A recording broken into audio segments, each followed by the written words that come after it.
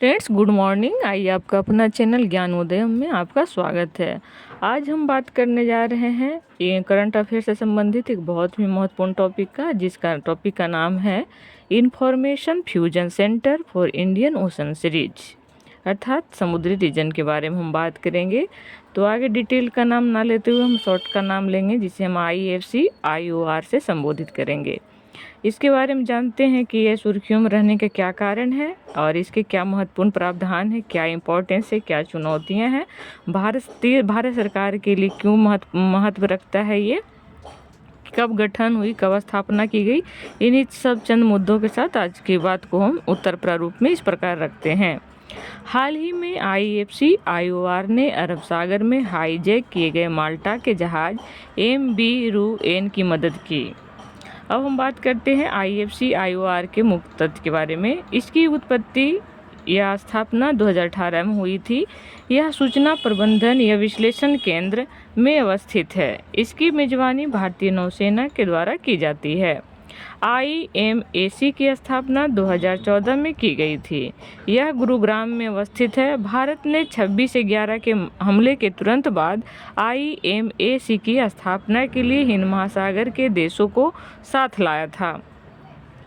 IMAC को भारतीय नौसेना और भारतीय तटरक्षक बल द्वारा संयुक्त रूप से प्रशासित किया जाता है। इसका उद्देश्य है कि व्हाइट शिपिंग समझौतों का उपयोग करके एक साझे सुसंगत समुद्री स्थिति परिदृश्य का निर्माण करके देश में समुद्री सुरक्षा को मजबूत करना है। व्हाइट शिपिंग समझौते के तहत वाणिज्यिक और सैन्य व्यापारी जहाज़ों के बारे में जानकारी साझा की जाती है। अब हम बात करते हैं कि क्या है। तो कवर किए गए क्षेत्र हिंद महासागर क्षेत्र और निकटवर्ती समुद्र क्षेत्र, जिसमें 26 देशों में 67 लिंकेज स्थापित किए गए हैं। इस कदम का उद्देश्य सभी के कल्याण की दिशा में शांतिपूर्ण, स्थिर और समृद्ध क्षेत्र के लिए ग्लोबल कॉमन्स को सुरक्षित रखना है। IFC IOR में 12 साझेदार देशों के इंटरनेशनल लाइजन अधिकारी तैनात रहते हैं। इनका उद्देश्य बेहतर सहयोग करना, प्रासंगिक सूचना तैयार करना और समय पर सूचना संबंधित इनपुट प्रदान करना है।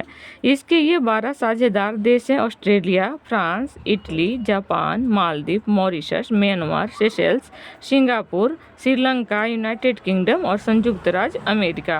अर्थात भारत इसका सदस्य देश नहीं है।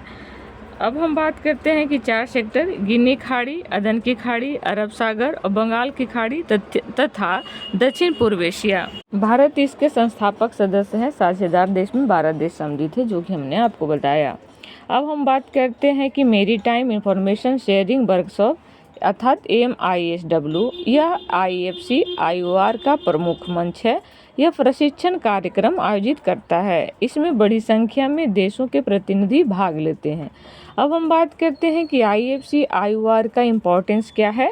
तो यह भारत के क्षेत्र में सभी के लिए सुरक्षा और विकास पहल में निर्धारित विजन के अनुरूप हिंद महासागर क्षेत्र में समुद्री सुरक्षा और सुरक्षा को बढ़ावा देता है। दूसरा बात करें तो यह पायरेसी अर्थात समुद्री डकैती और सशस्त्र डकैती, प्रतिबंधित वस्तुओं की तस्करी, गैर कानूनी, असूचित व अविनियमित मत्स्यिकी, अनियमित मानव प्रवास आदि पर नजर रखने में सहायता करता है। यह सूचना के प्रसार हेतु लॉजिस्टिक और नौकरशाही प्रक्रियाओं को कम करने में सहायता करता है। यह क्षमता निर्माण, आपदा राहत में समन्वय और सबमरीन की सुरक्षा से संबंधित जानकारी भी साझा करता है। यह मासिक मौसम पूर्वानुमान और मासिक मौसम संबंधी चेतावनियां भी जारी करता है। बात करते हैं कि IFC IOR भारत के विदेश संबंधों को कैसे मजबूत करता है। तो रणनीतिक साझेदारी, भारत के रणनीतिक साझेदारों जैसे कि संयुक्त राज्य अमेरिका, फ्रांस आदि ने अपने बहुराष्ट्रीय लाइजन अधिकारियों को गुरुग्राम स्थित केंद्र में तैनात किया है। दूसरा बात हम करते हैं कि पड़ोसी देशों के साथ संबंधों को मजबूत करना। यह कार्य सूचना साझाकरण ढांचे के माध्यम से किया जाता है। उदाहरण के लिए श्रीलंका के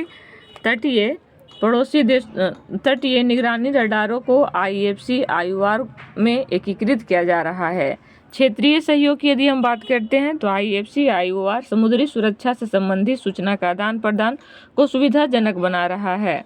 उदाहरण के लिए जैसे कि भारत श्रीलंका, मालदीव, मॉरिशस और सेशेल्स में 32 तटीय निगरानी रडार स्टेशन विकसित कर रहा है। ये सभी IFC-IR को डेटा संग्रहण करने में मदद करता है। हम बात करते हैं कि अगर इतने बड़ी पैमाने पर कोई काम हो रहा है तो उसके समझ चुनौतियां भी होना स्वाभाविक है। तो इनसे संबंधित कुछ चुनौतियां इस प्रकार है। जानकारी साझा करने में चुनौतियां, जैसे मानकीकरण, डुप्लीकेट प्रयासों और अलग अलग संगठनात्मक स्वरूपों से जुड़े मुद्दे। इसमें एकीकृत परिचालनात्मक परिदृश्य के निर्माण में बाधा उत्पन्न होती है। डेटा संलयन और विश्लेषण, सदस्य देशों को क्षेत्र से बाहर के प्रभावों पर काबू पाने और घरेलू रणनीतिक प्रेरणा को संबोधित करने के लिए सूचना की समझ विकसित करने में कठिनाई आती है। विश्वास और समन्वय से संबंधित मुद्दे भी इसमें शामिल हैं, जैसे कि बहुपक्षीय सहयोग को अक्सर प्रतिबंधित समन्वय दायरे का सामना करना पड़ता है। अब हम देखते हैं कि इसमें भविष्य में क्या क्या और अच्छा होने की संभावनाएं हमारे संबंध में मौजूद है। तो पारस्परिक तैनाती, भारत को अपने अंतर्राष्ट्रीय लाइजन अधिकारियों को अन्य देशों के केंद्रों में भी तैनात करना चाहिए।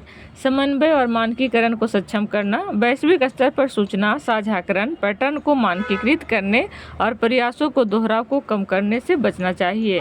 निरंतर विस्तार, इस पहल को और अधिक वैश्विक चरित्र देने के लिए इसे हिंद महासागर क्षेत्र के भीतर और बाहर अधिक से अधिक देशों के साथ सूचना साझाकरण का विस्तार करना चाहिए। तो ये था आज हमारा। और सबसे लास्ट में आप कह भी सकते हैं कि उन्नत समुद्री निगरानी, जैसे कि सतही स्तर पर ग्रे शिपिंग और डार्क शिपिंग को कवर करने के लिए समुद्री जागरूकता को भी बढ़ावा देना चाहिए। तो आज का टॉपिक मेरा यहीं समाप्त होता है। जय हिंद, जय भारत।